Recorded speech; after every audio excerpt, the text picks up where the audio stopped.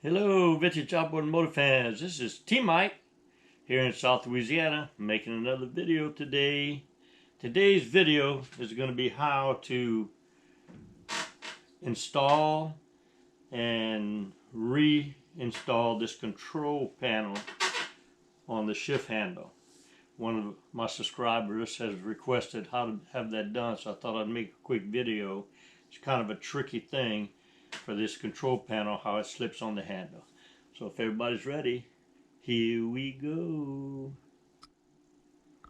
So here's the control panel label right here on the shift handle, and it slides on and off the handle right here. There's a groove right underneath here that this piece slips on. And if it ever pops out and comes out, you can't really get it back on with the grip on. So we're going to remove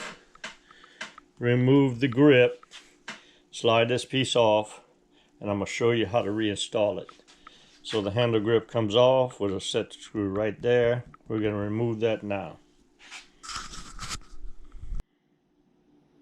Alright, as you can see with the grip removed, here's the control.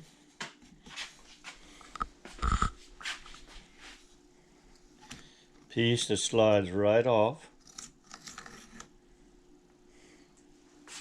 Alright, as you can see, it's a band with a groove in it.